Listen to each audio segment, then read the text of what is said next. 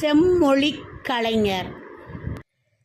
தமிழ் மொழிக்கு கலைஞர் ஆற்றிய தொண்டு குறித்து நாம் 9ஆம் வகுப்பிலேயே பயின்றிருக்கின்றோம். அவ்வகையில் இயல், இசை, நாடகம் என்னும் முத்தமிழிலும் தன் முத்திரை பதித்ததால் முத்தமிழ் அறிஞர் என்று கலைஞர் போற்றப்பட்டார். அவர் தமிழ்நாட்டின் முதலமைச்சராக இருந்த காலத்தில் தமிழ் மொழிக்கு பெருமை சேர்க்கும் பல பணிகளை மேற்கொண்டார். குறிப்பாக மனோன்மணியம் சுந்தரனாரின் நீராறும் கடலுடுத்த என்னும் பாடலை அரசு விழாக்கள் அனைத்திலும் தொடக்க பாடலாக பாடுவதற்கு வழிவகுத்தார். அத்துடன் கல்வித்துறையை பள்ளிக்கல்வி, உயர்கல்வி என 2ஆக பிரித்ததோடு தமிழ் வளர்ச்சித்துறை என புதிதாக ஒரு துறையை உருவாக்கி அதற்கு தமிழறிஞர் ஒருவரையே அமைச்சராக்கி அழகு பார்த்தார். 2010ஆம் ஆண்டு கோவையில் தமிழ்நாடு அரசின் சார்பில் கலைஞர் உலக தமிழ் செம்மொழி மாநாட்டை நடத்திய போது தமிழின் பெருமிதங்களை விளக்கி செம்மொழியான தமிழ் மொழியாம் என தொடங்கும் பாடலையும் இயற்றினார்.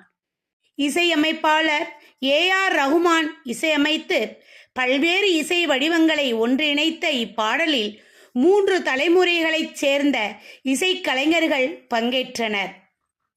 இம்மாநாட்டின் இலச்சினையில் இருந்தது போலவே குமரியில் நிறுவப்பட்டுள்ள திருவள்ளுவர் சிலையின் கீழ் பிறப்பொக்கும் எல்லா உயிர்க்கும் என்னும் தமிழரின் முதன்மை விழுமியத்தையும் பொறிக்கச் செய்தார்.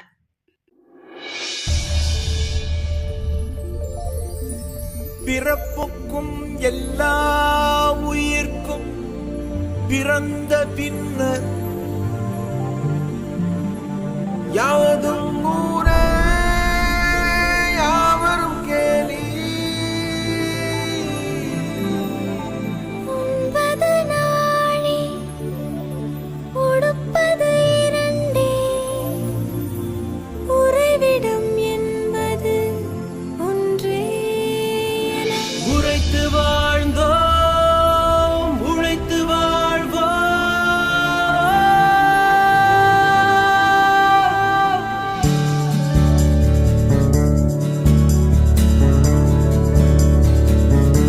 தீதும் நன்றும் பிறர் தரவாராயனும் நன்மொழியே நம் பொன்மொழியா. போரை புறம் தள்ளி பொருளை பொதுவாக்கவே அமைதி வழிகாட்டும் அன்பு மொழி ஐயன் வள்ளுவரின் வாய்மொழியா. செம்மொழியான தமிழ் மொழியா, செம்மொழியான தமிழ் மொழியா, செம்மொழியான தமிழ் மொழியா, செம்மொழியான தமிழ் மொழியா.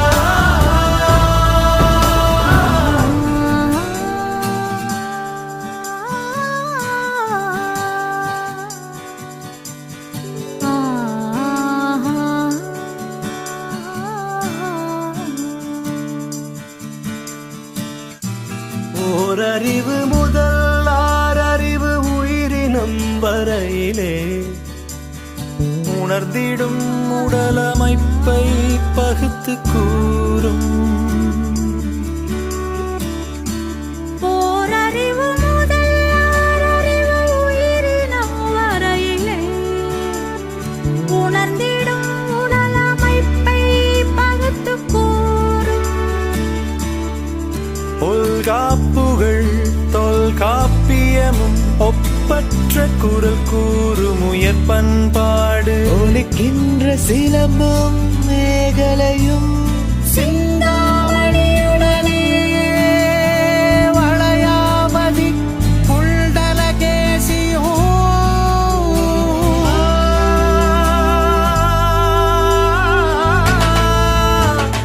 செம்மொழியான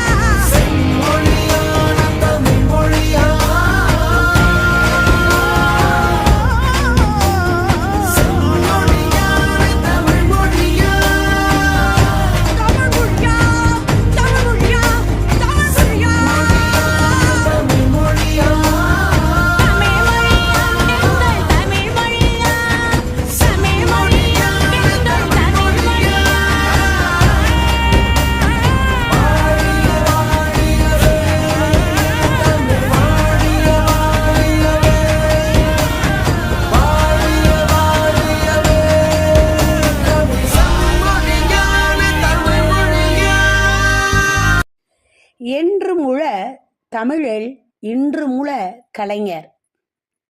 தமிழின் பெருமிதங்களையும் விழுமியங்களையும் மீட்டெடுக்க எண்ணிய கலைஞர் அதற்கான பணிகளை தம் வாழ்நாள் முழுவதும் தொடர்ந்தார். லட்சக்கணக்கான பக்கங்கள் எழுதியதும் ஆயிரக்கணக்கான மேடைகளில் பேசியதும் அவர் அளவுக்கு செயல்பட்டதுமான தலைவர்கள் மிக மிக குறைவு. இவ்வாறு உடல் மண்ணுக்கு உயிர் தமிழுக்கு என்னும் கூற்றுக்குச் சான்றாக வாழ்ந்த கலைஞர் 2018ஆம் ஆண்டு ஆகஸ்ட் மாதம் 7ஆம் நாள் தம் 94ஆம் வயதில் தமிழர் நெஞ்சில் என்றும் நிலைத்து நிற்கும் காவியமானார்.